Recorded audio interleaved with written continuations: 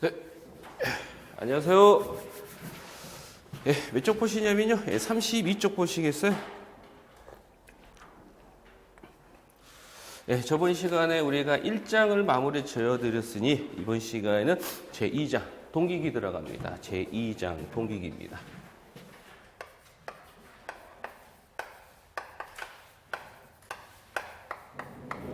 제2장이 바로 뭐냐면은 동기기입니다. 그럼 동기기가 무엇입니까? 라고 여쭤본다면 우리가 동기기라는 것은 바로 뭐냐면요. 동기 뭐하고요? 발전기하고 동기 뭐가 되냐면은 전동기입니다. 우리가 동기 발전기하고 동기 전동기를 우리가 묶어서 뭐라고 부르냐 이것을 동기기다라고 표현을 합니다. 그럼 내가 이 동기 발전기를 다른 말로는 뭐라고 부릅니까? 라고 물으면 이것은 바로 교류 뭐가 돼요? 발전기다라고 부르는 거고요. 동기 전동기를 뭐라고 부릅니까? 라고 물으면 이것은 바로 동기 뭐가 되냐? 전동기다라고 표현을 하는 겁니다. 그래서 동기기라는 것은 바로 뭐냐? 교류입니다. 교류. 우리가 1장이 바로 뭐냐? 징유였다면 2장은 바로 뭐가 되냐면은 교류가 됩니다. 우리가 제2장 동기기라는 것은 동기 발전기하고 동기 전동기를 통틀어서 뭐라고 부르는 것을 동기기라고 부르고, 이때 이 동기 발전기를 우리는 교류 발전기라고 부르고, 동기 전동기를 뭐라고 부르는 이것을 이거를 동기가 아니고 교류 전동기라고 그러죠. 증복된다. 우리가 동기 전동기를 우리는 뭐라고 부르는 이것을 교류 전동기라고 부릅니다. 그래서 직류군의 1장이 직류죠. 직류라는 것은 직류를 이용한 기계장치가 바로 직류기였다면 동기기는 교류를 이용한 기계장치가 바로 동기기가 되는 겁니다. 그러면 여기에서 여러분이 아셔야 될 것은 첫 번째가 바로 동기 발전기에 뭐가 돼요? 원리라는 게 있죠. 첫 번째가 바로 동기 발전기의 원리가 있습니다.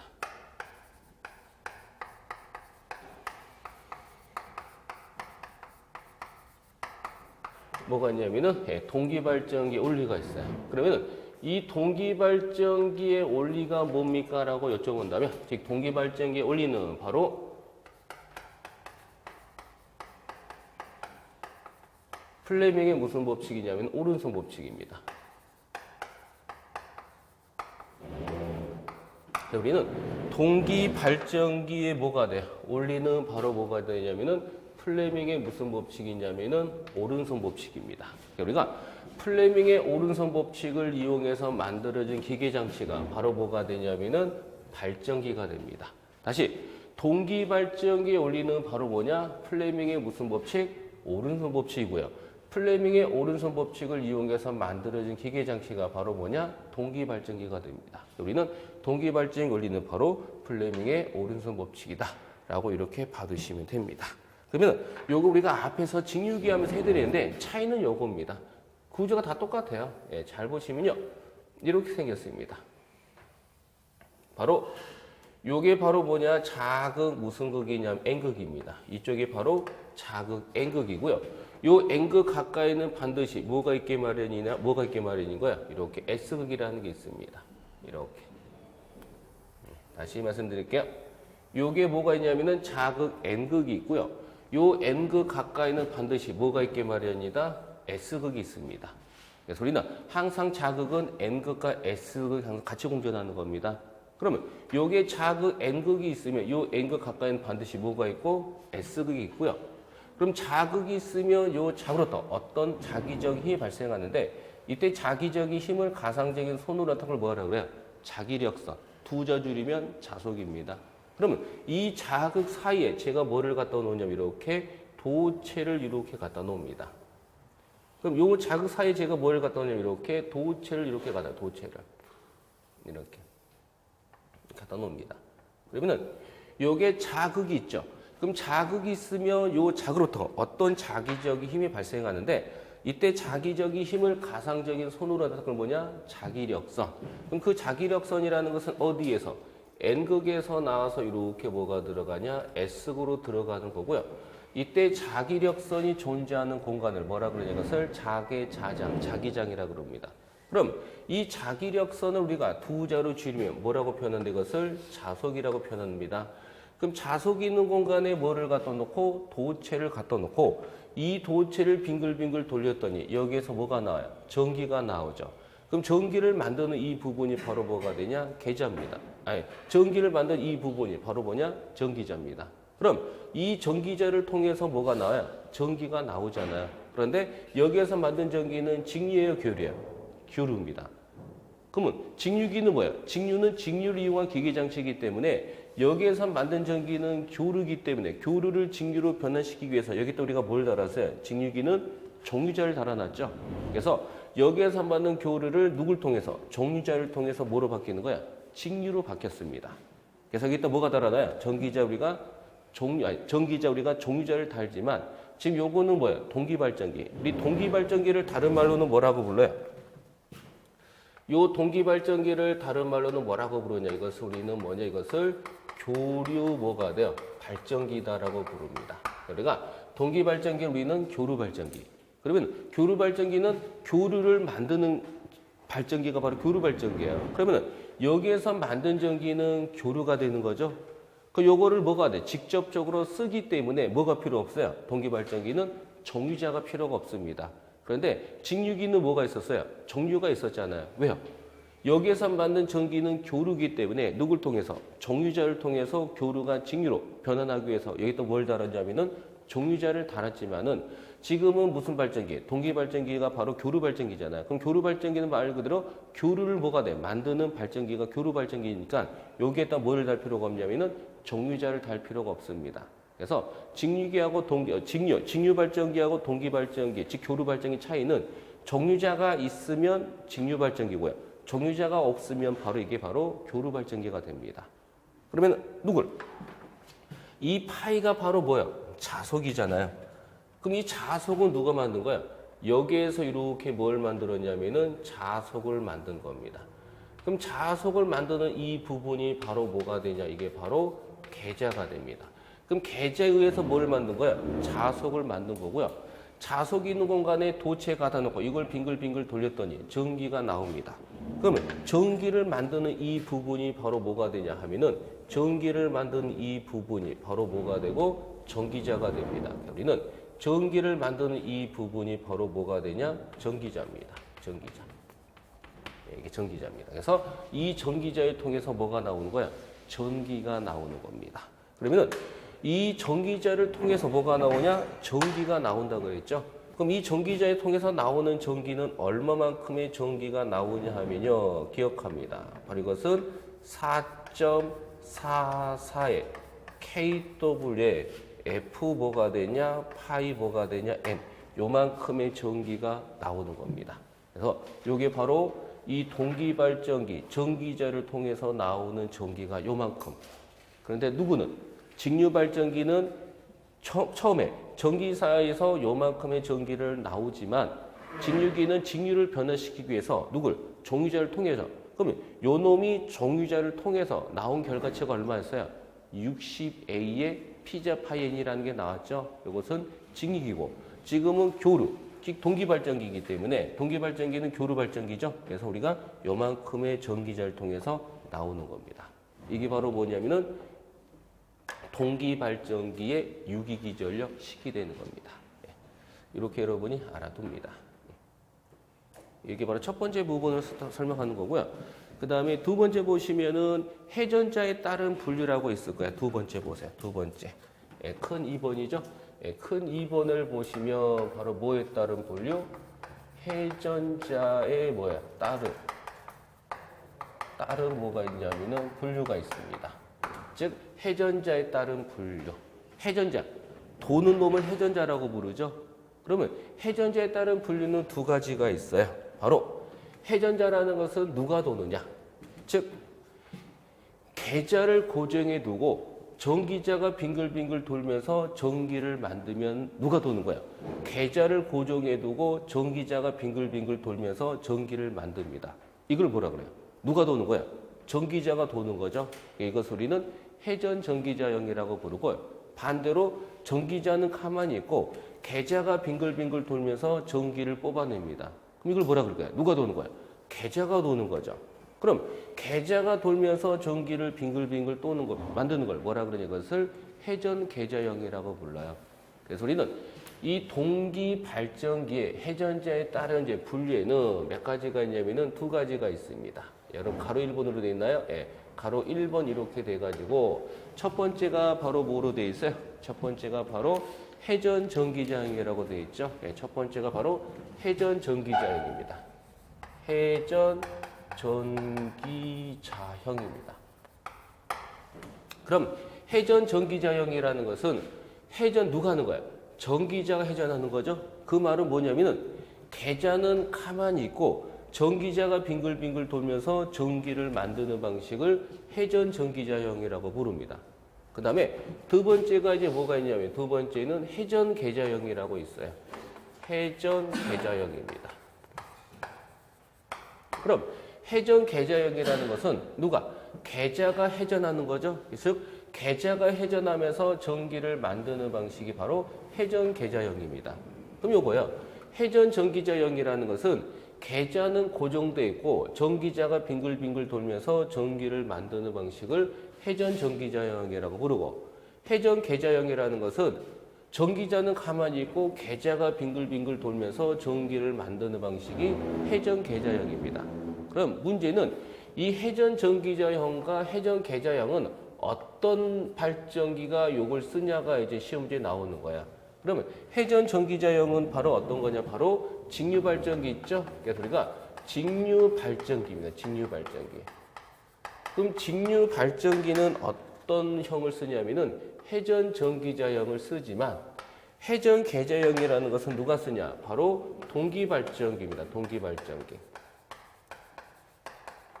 우리 동기 발전기를 다른 말로는 뭐라고 불러요? 동기 발전기. 우리가 요 동기 발전기를 다른 말로는 요것 우리는 교류죠. 예, 동기 발전기를 다른 말로 이것을 교류 뭐라 그러냐 이것을 발전기다라고 부릅니다. 그러니까 회전 계좌형은 바로 동기 발전기, 교류 발전기가 쓰고요. 회전 전기자형은 뭐냐? 예, 직류 발전기가 사용합니다. 예, 그래서 우리는 요 자체가 출제가 됩니다. 예, 출제자 이렇게 묻겠죠? 우리가 회전 전기자형이라는 것은 뭐냐? 회전 전기자형이라는 것은 계좌는 고정돼 있고 전기자가 회전하면서 전기를 만드는 방식을 회전 전기자형이라고 부르는데 그 회전 전기자형은 누가? 직류 발전기는 바로 회전 전기자형을 쓰는 거고요. 그 다음에 두 번째가 회전 계좌형. 회전 계좌형이라는 것은 전기자는 고정돼 있고 계좌가 회전하면서 전기를 만드는 방식이 회전 계좌형입니다. 이것은 누가? 동기 발전기, 즉 교류 발전기는 바로 이 방식을 사용한다는 겁니다. 이렇게 해서 출제가 되는 거니까 이걸 여러분이 보시면 됩니다. 이게 바로 32페이지 보시면은 회전자에 따른 분류에서 1번, 2번 부분을 설명을 드린 거고요. 그다음 세 번째 보시면 세 번째는 이제 뭐가 있어요? 여기까지 하고 제가 한번 문제를 한번 풀어보겠습니다. 세 번째가 바로 뭐냐면은 동기 뭐가 있어요? 속도가 있습니다. 그럼 동기 속도라는 것은 일정한 속도를 뭐라고 부른다? 이것을 동기 속도라고 부릅니다. 다시 세 번째가 바로 뭐냐? 동기 속도라고 있는데 동기 속도가 뭐냐? 동기 속도라는 것은 바로 일정한 속도를 뭐라고 부르냐? 이것을 동기 속도라고 부릅니다. 그럼 동기 속도를 기호로는 제가 뭐냐? 이것을 ns를 쓰고요. 이때 동기 속도는 뭐냐? 동기 속도라는 것은 바로 P분의 얼마? 120F를 이렇게 뜻합니다. 그래서 우리는 동기 속도라는 것은 바로 일정한 속도를 동기 속도라고 부르는 거고요. 이때 동기 속도를 기호로는 ns를 써서 나타내고 이때 동기 속도라는 것은 바로 P분의 120F가 되는 거예요. 그럼 여기에서 P라는 것은 바로 뭘 뜻하냐면은 국수를 뜻하는 거고요. 이 F가 바로 뭘 뜻하냐? 이것을 우리는 주파수를 뜻합니다. 그래서 일정한 극수하고 일정한 주파수에 의해서 결정되는 고정된 속도를 우리는 동기 속도라고 부릅니다. 그래서 동기 속도라는 것은 일정한 속도를 동기 속도라고 부르고 그때 그 동기 속도를 기호로는 ns를 써서 나타내고 이때 동기 속도는 뭐 보내고 P분의 120F입니다. 이때 P는 뭐냐? 극수, F는 주파수. 그래서 일정한 극수하고 일정한 주파수에서 결정이 되는 고정된 속도를 우리는 동기 속도다라고 표현합니다. 그 다음에 속도의 단위는 뭡니까? 라고 여쭤본다면 속도의 단위는 RPM을 씁니다. 근데 어떤 책에서는 속도의 단위를 RPS로 된 책이 있는데 S가 초당이잖아요. 그럼 초당 돌아가는 속도를 우리가 따지기가 굉장히 힘듭니다. 그래서 우리는 뭘로 따지는 거예요? 분당 속도로 따집니다. 그래서 RPM이 바로 속도의 단위가 되는 거예요. 그럼 이 P를 우리는 극수라 그러는데 극수라는 것은 자극. 자극에는 N극과 S극이 있잖아요. 그래서 N극, S극 이게 바로 극수가 됩니다. 그럼 여러분이 문방구에서 자석을 구매하시면 자석에는 N극과 S극이 있잖아요. 그럼 극수가 몇 극이에요? N극, S극에서 2극이라고 부르는 겁니다. 그 다음에 요 F라는 것은 바로 뭐냐? 주파수. 이 주파수는 각 나라별로 다르죠. 그럼 우리나라 상위 주파수는 몇 헤르츠예요? 60Hz잖아요. 그래서 이 F는 각 나라마다 다른데 딱 고정된 값입니다. 그죠? 우리나라 주파수는 60Hz라고 딱 고정되어 있기 때문에 이걸 바꾸지를 못하죠. 왜? 법 규정으로 되어 있잖아요. 그래서 어떤 제품은 간에 항상 우리나라에서 모든 제품이 나왔을 때 주파수는 얼마? 60으로 다 맞춰져 있습니다. 그래서 이 F가 바로 뭐냐? 주파수가 되는 겁니다. 이렇게. 그래서 이게 바로 동기속도입니다. 동기속도라는 것은 일정한 속도를 동기속도라고 부르고 동기속도 구하는 공식 NS는 P분의 120F다. 이때 P는 극수, S는 주파수가 F는 주파수가 되는 겁니다. 이렇게 여러분이 봐둡니다. 그러시면은 이제 요거에 관련된 문제를 한번 풀어 보겠습니다.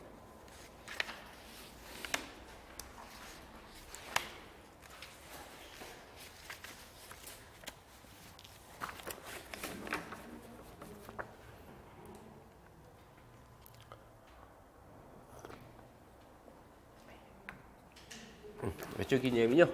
38페이지 보시겠어요? 38페이지 문제 1번을 봅니다. 38페이지 문제 1번을 보시면 전기자를 고정시키고 자극 N극과 S극을 회전시키는 동기발전기는 무엇입니까? 라고 물었네요. 누가? 전기자가 고정되어 있고 자극 N극, S극 회전시키는 동기발전기 뭐죠? N극, S극이 자극, 계자죠. 그러면 전기자는 고정해두고 계자가 빙글빙글 돌면서 전기를 만드는 방식을 뭐라 그래요? 회전 계자형이라고 불렀죠. 그럼 회전 계자형이라는 것은 누구?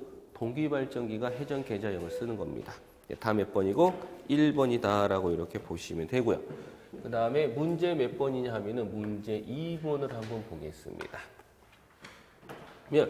문제 2번을 보시면요. 문제 2번을 보니까 주파수가 몇 헤르츠야? 주파수가 몇 헤르츠? 60Hz다라고 이렇게 되어 있고요. 극수가 주어졌네. 극수가 몇 극이냐면은 2극이다라고 이렇게 주어졌습니다. 이때 회전수에 대해서 물었어요. 뭘까 구하기? 회전수, 회전속도에 대해서 물은 겁니다. 맞나요? 네. 그러면은 주파수가 60이고 전원이 2극, 동기, 전동기 연결해요. 회전수는 얼마가 되겠냐라고 물었습니다. 그럼 우리 동기기에서의 속도는 무조건 무슨 속도냐면은 동기속도뿐이 없습니다. 다시 동기기에서의 속도는 무조건 무슨 속도? 동기속도입니다. 그럼 동기속도 NS라는 것은 뭐분의 뭐가 되냐면요. P분의 바로 120의 F가 됩니다. 이걸 대입해서 우리가 문제를 푸시면 P, 극수는 몇 극으로? 2극으로 되어 있고 요거는 120에다가 곱하기 주파수가 몇 헤르츠? 60Hz죠. 이걸 계산해 주니까 얼마? 1번이다라고 이렇게 해서 답이 나옵니다. 그 다음에 문제 몇 번을? 3번을 보겠습니다. 문제 3번을 보시면요.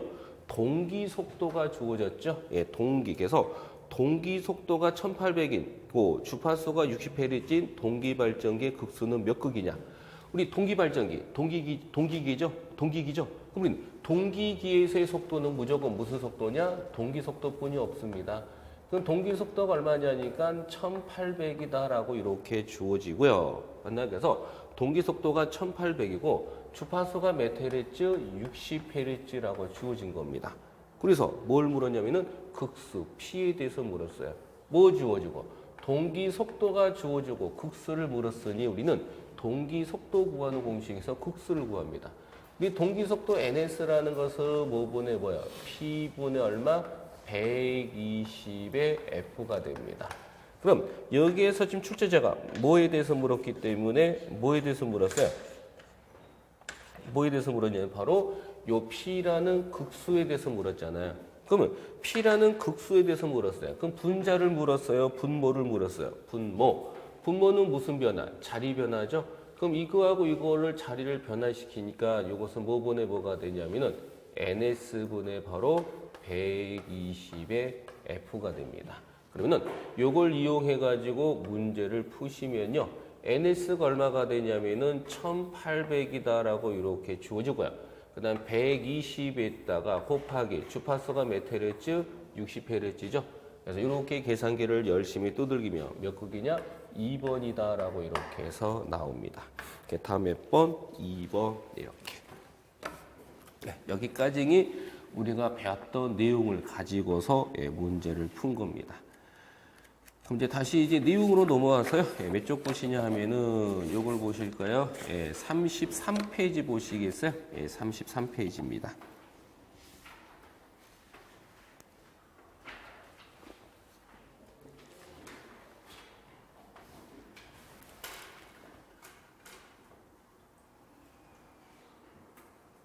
예, 33페이지 보시면은 네 번째 전기자 권선법이라고 있죠. 예, 요거 봅니다. 네 번째 전기자 권선법입니다.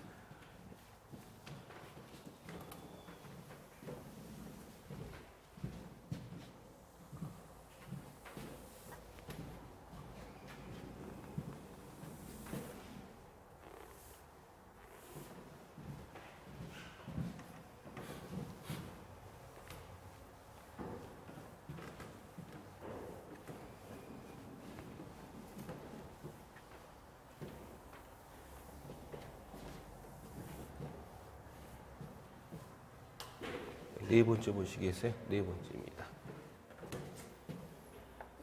네 번째가 뭐냐면요. 전기자.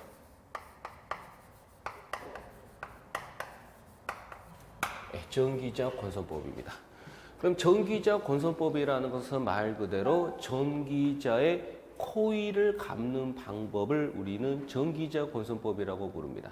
다시 전기자 권선법이라는 것은 바로 어디에?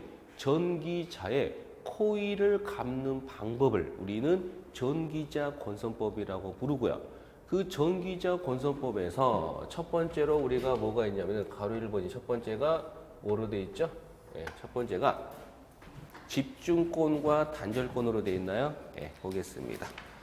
첫 번째가 바로 집중권과 분포권입니다.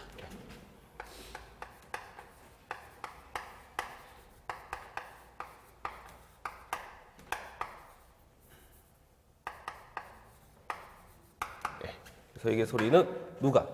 요 놈이 중요합니다. 분포권입니다. 그럼 먼저 집중권과 분포권을 설명드리면 가로 1번으로 되어 있나? 가로 1번입니다. 가로 1번. 동글뱅이 1번이죠? 동글뱅이 1번이 바로 뭐로 되어 있냐? 집중권입니다. 그럼 집중권이란 말 그대로 집중시켰다 해서 집중권입니다. 읽어볼게요. 집중권이라는 것은 매극 매상당 슬로스가 한 개인 권선법을 집중권이라고 부릅니다. 매극 매상당.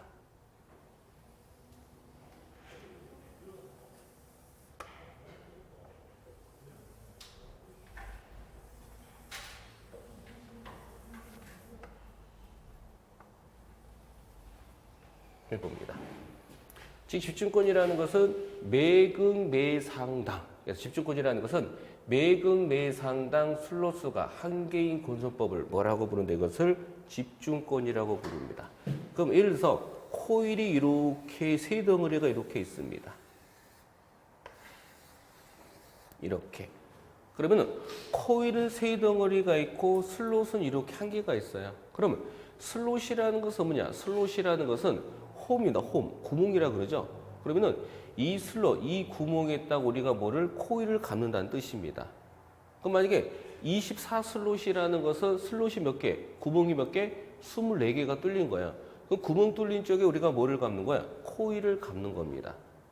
그럼 집중권이라는 것은 매극 매상당 슬롯수가 한 개인 권선법을 우리는 집중권이라고 부르고 요거는 바로 뭐냐? 슬롯이고 요거는 바로 뭐냐? 코일입니다. 그러면 슬롯의 용도는 뭐야? 이 슬롯에서 우리가 코일을 감기 위한 게 슬롯인 거죠. 그럼 이 슬롯에도 우리가 코일을 감는데, 그럼 잘 보시면 슬롯은 한 개인데 코일은 몇 개? 세 덩어리잖아요. 그럼 제가 여기에다 코일을 감습니다. 이렇게 코일을 이렇게 한 덩어리, 이렇게 두 덩어리, 이렇게 세 덩어리를 이렇게 이제 넣은 겁니다. 이렇게. 그래서 우리는 한 슬롯에 우리가 코일을 몇 개? 세 덩어리 이렇게 넣은 겁니다. 그러면 어떤 단점이 발생하냐면은 제가 요건 하얀 도체, 요거는 파란 도체, 요거는 빨간 도체잖아요. 그러면은 전선에 뭐가 흐르면 전류가 흐르면 여기에서 뭐가 발생해요? 열이 발생합니다. 그러면은 여기에서 발생한 열이 있을 거고 또 이거 마찬가지로 전선에 뭐가 흐르면 전류가 흐르면 뭐가 발생한다? 열이 발생한다 그랬죠? 그럼 이 하얀 도체에 의해서 나오는 열이 있을 거고 이 파란 도체에서 나오는 열이 있을 거고 또 이 빨간 도체에 의해서 나오는 뭐가 되냐? 열이 있다는 겁니다. 그러면은 여기에서 나오는 열과 여기에서 나오는 열과 여기에서 나오는 열이 즉 한 구멍에 있죠. 그럼 결론적으로 이 각각에 나오는 도체열이 밀폐된 공간에 같이 있다 보니까 여기서 나오는 열과 여기에서 나오는 열과 여기서 나오는 서로 뭐가 돼? 합해져서 엄청난 과율이 발생합니다. 그래서 여기서 뭐를 일으켜요? 화재가 발생할 수도 있다는 겁니다. 왜? 밀폐된 공간 안에 각각의 도체에서 뭐를 발생하면 열이 발생하다 보면 요게 합해져서 엄청 열이 발생한다는 거죠. 그럼 그것 때문에 뭐가 화재 원인이 될 수 있다는 겁니다. 그래서 이렇게 써버리면은 아까도 말씀드렸듯이 화재 원인이 될 수 있다 보니까 우리는 요 방식을 우리가 써야 안 써요. 우리는 요 집중권 방식은 우리가 사용하지가 않습니다. 왜? 화재 원인에 의해서 안 되잖아요. 그래서 우리는 요 집중권 방식을 안 씁니다. 그러면은 집중권과 뭐가 있다 그랬어요? 분포권이 있죠. 그럼 두 번째는 분포권이다.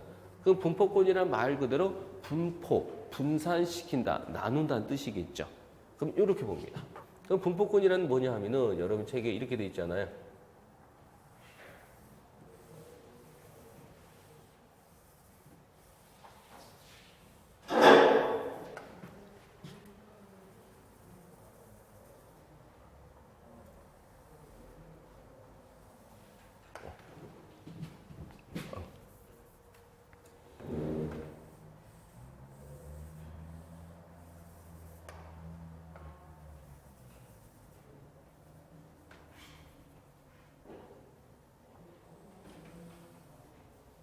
요겁니다.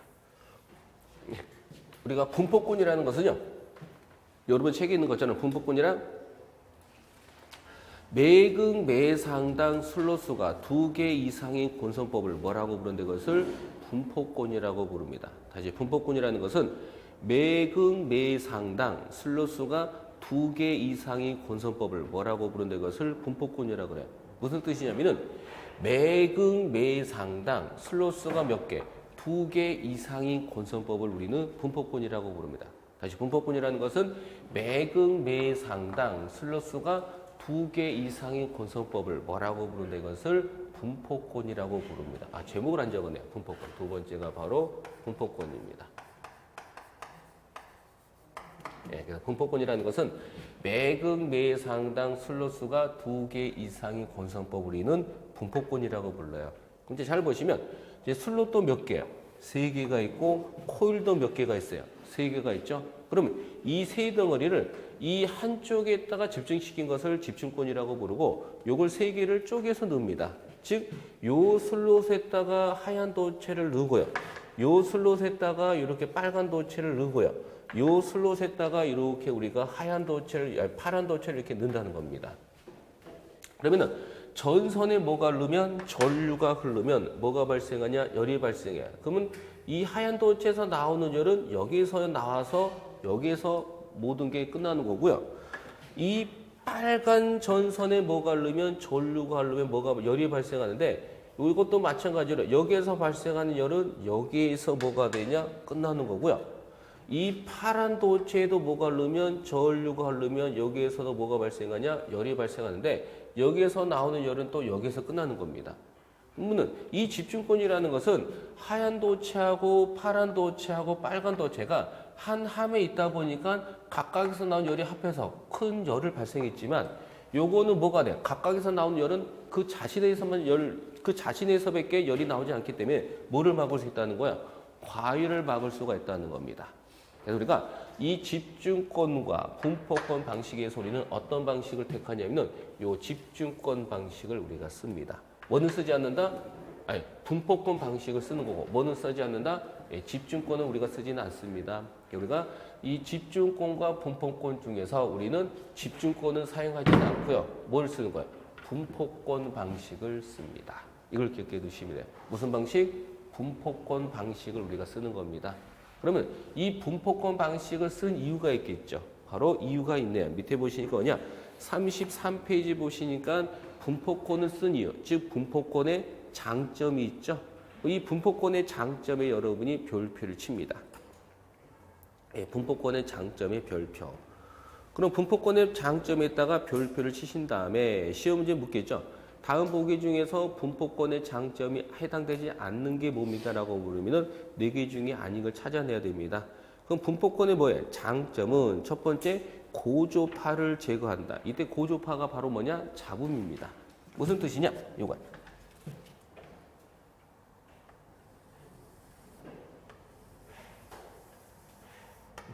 원래 파형은 이렇게 생긴 무슨 파형이냐? 이렇게 생긴 정연파입니다. 그래서 처음에는 이렇게 생긴 정연파. 이게 제일 좋은 전기입니다. 이런 파가 진행되다가 외부에서 뭐가 들어오게 되면 잡음이 들어오게 되면요. 이 잡음이 들어가는 것은 이와 같은 파형을 정연파라고 그러고 외부에 잡음이 들어가는 것은 고조파를 의미하는 겁니다. 그럼 고조파라는 것은요. 2고조파 이상을 통틀어서 고조파라고 그래요. 그럼 만약에 3고조파다. 그럼 3고조파라는 것은 이걸 뜻합니다.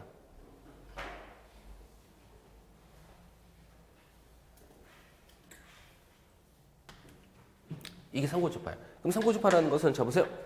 이런 파형이 지금 몇 개 있어요? 하나, 2개, 3개 있는 거 맞죠? 지금 이게 바로 하나, 2개, 3개가 지금 들어온 거예요. 보이시나요? 우리는 이렇게 생긴 파형을 정연파라고 그러고 외부에 잡음이 들어오는 것은 고조파가 들어오는 거예요. 만약에 3고조파가 들어왔다. 그럼 3고조파가 들어왔다는 것은 이렇게 생긴 파형이 지금 몇 개가 들어왔다는 거야? 3개가 들어오면 이걸 바로 3고조파라고 부릅니다. 그러면 이런 고조파들 때문에 뭐냐? 이 파형이 찌그러집니다. 왜냐면은 지금 요 벼세 우리는 지금 요 파형과 요 파형이 서로 뭐가 돼요? 포개지다, 합해지다 보면요. 모양새가 이제 뭐가 되냐? 이런 식으로 찌그러지게 되는 거야. 이런 식으로. 이렇게 찌그러집니다. 그럼 왜 이런 모양으로 찌그러지냐면은 지금 이와 같은 정연파 안에 또 다른 고조파가 들어오니까 정연파가 고조파가 나중에 뭐야? 합쳐집니다. 합쳐지다 보니까 어떤 놈은 뭐가 돼? 크게 될 거고 어떤 놈은 작아질 거고. 그래서 우리는 이 정연파하고 고조파가 합쳐지면서 파형이 이런 식으로 찌그러진 파형으로 변형이 되는 겁니다. 우리는 이렇게 찌그러진 파를 뭐라 그러냐? 이것은 정연파가 아니다. 그래서 이것을 비정연파라고 부르고요. 사인파가 아니다. 그래서 이것을 비사인파라고 부르고요. 찌그러졌다. 그래서 이것을 우리는 외형파라고 부릅니다. 다시 우리는 이와 같은 파형은 정연파가 아니다. 그래서 비정연파. 사인파가 아니다. 그래서 비사인파. 찌그러졌다. 그래서 그것을 우리는 외형파라고 부르는 거예요. 그러면은 이와 같은 찌그러진 그러면 이렇게 생긴 파형은 좋은 전기라고 그랬고 이렇게 들쭉날쭉한 파형은 좋은 전기가 아니라는 겁니다. 맞나요? 그러면은 이 분포권을 우리가 쓰는 이유는 바로 뭐냐면은 바로 첫 번째 고조파를 뭐가 되냐? 제거한다. 다시 말해서 이 외부에서 들어온 잡음, 고조파를 뭐 하느냐? 제거할 수가 있다는 겁니다. 즉 잡음을 방지한다는 거죠. 이것을 고조파를 제거한다. 뭐를 쓰면? 분포권을 쓰면 고조파를 제거할 수가 있다는 거고요. 그다음 두 번째, 전기자 동선에 의한 열을 골고루 분산시켜 뭐를? 과열을 방지시킨다. 그다음 세 번째, 기전력의 파형이 좋아진다. 그럼 기전력의 파형이 좋아지는 거하고 고조파의 제거는 거의 같은 의미입니다. 그래서 기전력의 파형이 좋아진다. 세 번째, 누설 리액턴스가 다. 누설은 뭐예요? 새는 거죠. 그래서 새는 자속이 적다는 겁니다. 그래서 누설 리액턴스가 뭐냐? 적다.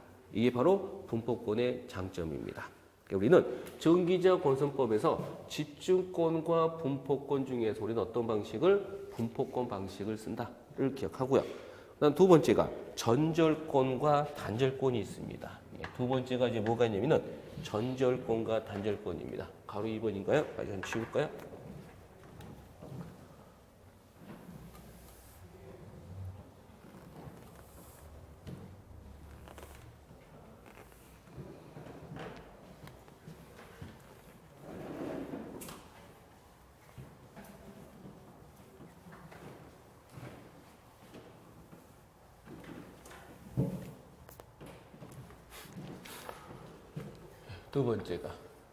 두 번째가 바로 뭐냐면은 전절권과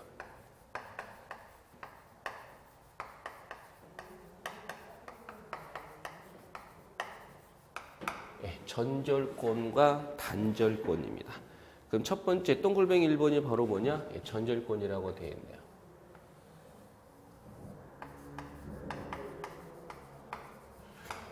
전절권이라고 되어 있습니다. 그럼 전절권이라는 읽어보니까 뭐예요? 코일 간격과 자극 간격이 같은 건설법을 전절권이죠. 뭐냐? 이걸 뜻합니다.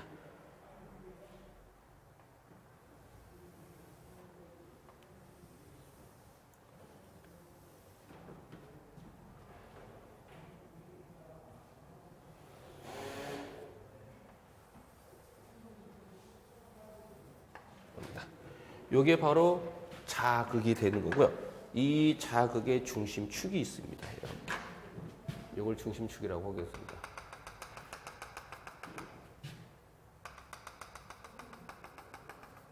우리는 요 간격이 바로 뭐냐? 요 간격. 요 간격이 극간격입니다. 자극 간격이 되겠죠? 자극 간격. 자극, 극간격, 자극 간격입니다. 여기에 제가 이제 코일을 이렇게 감습니다. 이렇게 코일을 감을게요.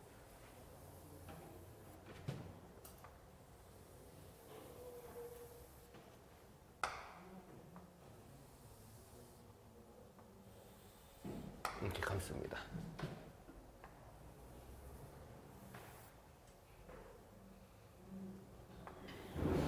이런 식으로 감습니다. 그럼 우리는 요 간격이 무슨 간격이야? 요 간격이 바로 코일 간격입니다. 코일입니다. 이게 코일 간격.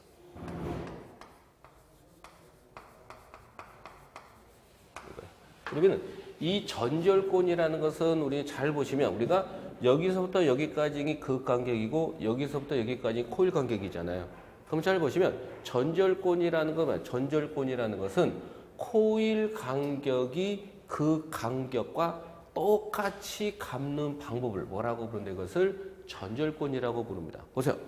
여기서부터 여기까지 극간격이고 여기서부터 여기까지 코일 간격이죠. 여기서 우리가 한눈에 알 수 있는 것처럼 코일 간격과 극간격은 똑같은 겁니다. 그럼 전절권이라는 것은 뭐냐? 전절권이라는 것은 바로 이 코일 간격과 극간격을 똑같이 감는 방법을 뭐라고 부르는데 이것을 전절권이라고 부릅니다. 이런 식으로 결선해 주는 것은 전절권이고요. 그 다음에 두 번째가 이제 뭐냐? 동글뱅이 2번이 바로 단절권이라는 게 있습니다. 짧은 단자를 쓴 거죠. 단절권입니다. 그럼 이게 단절권입니다.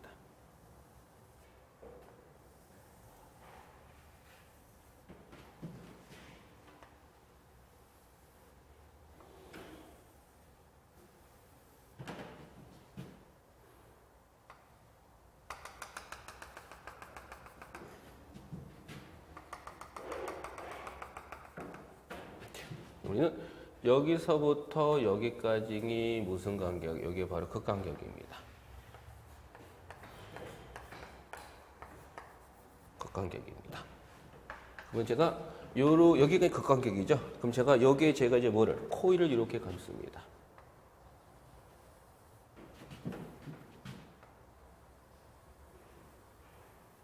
이렇게 감아요.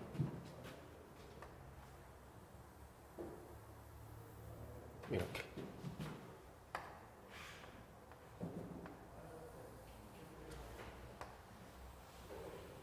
이런 식으로 감아요.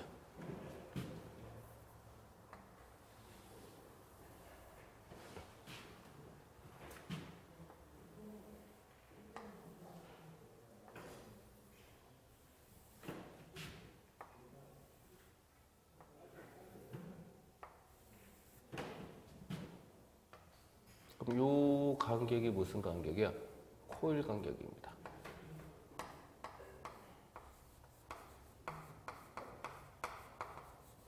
이렇게. 그러면은 이 단절권이라는 것은 잘 보시면요.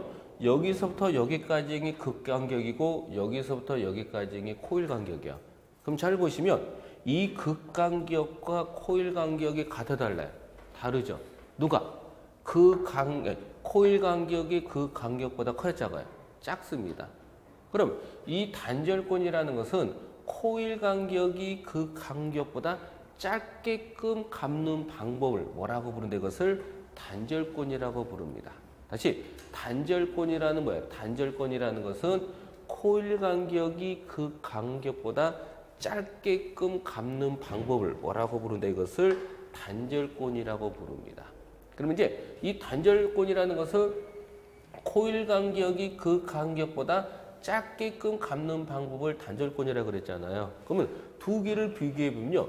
우리는 전절권은 여기서부터 여기까지 코일 간격이고 단절권은 여기서부터 여기까지 단절권입니다. 그럼 잘 보시면 이 단절권의 코일 간격과 전절권의 코일 간격과 단절권의 코일 간격을 비교했을 때 누가? 전절권이 단절권보다 코일 간격이 크죠. 그러면 코일 간격이 크다는 것은 폭이 큰 거잖아요. 그럼 폭이 크게 되면 뭐가 많이 들어가요? 전선이 많이 들어가겠죠? 그럼 전선이 또 많이 들어가다는 또 뭐예요? 부피도 굉장히 커지고요. 부피가 커진다는 것은 가격대로 따지면 얼마? 또 비싸다는 거죠. 맞나요? 그래서 우리는 이 전절권과 단절권을 비교해 보면 전절권이 단절권보다 코일 간격이 크다는 겁니다. 그럼 코일 간격이 크다는 것은 코일 양이 많이 들어가, 코일 양, 구리 양이 많이 들어간다는 거고, 구리 양이 많이 들어간다는 것은 가격대로 따지면 뭐냐? 비싸다는 겁니다. 맞나요? 예. 그럼 여러분이 이 전절권과 단절권 중에 우리는 어떤 방식을 쓰냐면은 보이면 코일 양이 많이 들어가니까 부피도 클 거고 비싸다 보니까 이 방식을 쓰지 않고 우리는 어떤 방식을 요 단절권 방식을 이렇게 씁니다. 그래서 우리는 이 전절권이라는 것은 바로 부피가 크고요. 부피가 크다는 것은 코일 양도 많이 들어가고 코일 양이 많이 들어가는 가격대로 따지면 비쌉니다. 그래서 우리는 이 전절권이 아닌 뭐를 단절권 방식을 우리가 많이 씁니다. 뭐를 쓰지 않는다? 이 전절권 방식은 해당되지가 않습니다. 그래서 책에서는 동기기의 전기장 건설법에는 집중권과 분포권, 전절권과 단절권이 있지만 여기서 우리가 쓰는 것은 딱 두 가지만 씁니다. 분포권하고 단절권만 쓰는 거지 집중권과 전절권은 해당되지가 않습니다. 그래서 만약에 출제자가 이렇게 문제를 낼 수도 있겠죠. 어떻게 되냐면은 요 놈을 제가 몇 번? 1번, 요거를 제가 2번, 요거를 제가 이렇게 3번 이렇게 이걸 주어주고 다음 보기 중에서 전기장 건설법에 해당되지 않은 것은 뭡니까? 라고 물으면 1, 2, 3 중에 누가 되는 거야? 바로 몇 번이냐? 바로 요 1번 집중권이 뭐가 되냐? 답이 됩니다. 이것이 어떤 필기하지 않으셨습니까? 하시는데 아까도 말씀드렸듯이 이 전기장 건설법에는 이런 것들은 있긴 있지만 집중권을 써야 안 써요? 안 쓰는 겁니다. 우리도 계좌 중에도 우리가 휴문 계좌가 뭐야? 안 쓰는 거는 없어지는 거잖아요. 안 쓰잖아요. 그거 마찬가지로 이 전기장 건설법에도 전기장 건설법에도 이렇게 많은 건설법이 있지만은 안 쓰는 게 있다는 거죠. 집중권하고 전절권을 사용하지 않기 때문에 이것들은 바로 전기장 건설법에 해당되지가 않습니다. 그래서 혹시라도 문제가 1번, 2번, 3번 이렇게 주어지고 다음 보기 중에서 동기기의 전기장 건설법이 아닌 것은 뭡니까? 라고 물을 때 다 몇 번이다? 1번을 이렇게 답을 고르시면 됩니다. 이런 식으로 여러분이 답을 고를 줄 아셔야 돼요. 그 다음에 여기서 이제 몇 번 보냐면 그러면 이 전절권과 단절권 중에서 우리는 단절권 방식을 우리가 쓴다 그랬잖아. 이유가 있겠죠? 바로 몇 번이야? 33쪽 보시면은 단절권의 장점에다 별표를 칩니다. 예, 단절권의 장점에다 별표를 치신 다음에 단절권의 장점 첫 번째가 똑같아요. 고조파를 제거한다. 두 번째 구리죠. 예, 동해량이 뭐냐? 적게 든다. 우리가 이 전절권을 쓰면 동해량은 많이 들지만 이걸 쓰면은 구리량이 적게 드는 거죠. 그래서 구리량이 적게 든다. 그 다음에 기전력의 파형이 좋아진다. 가격이 뭐가 되냐? 싸다. 예, 구리량이 적게 드니까 당연히 가격 대비하면 싸겠죠. 뭐 이런 식으로. 이렇게 해서 우리가 이제 전기자 분석법을 한 거고요. 네, 좀 쉬었다가 이제 뭐냐면은 5번째 부분을 설명하겠습니다. 문제 좀 풀고 넘어갈게요. 네, 좀 쉬었다 하겠습니다.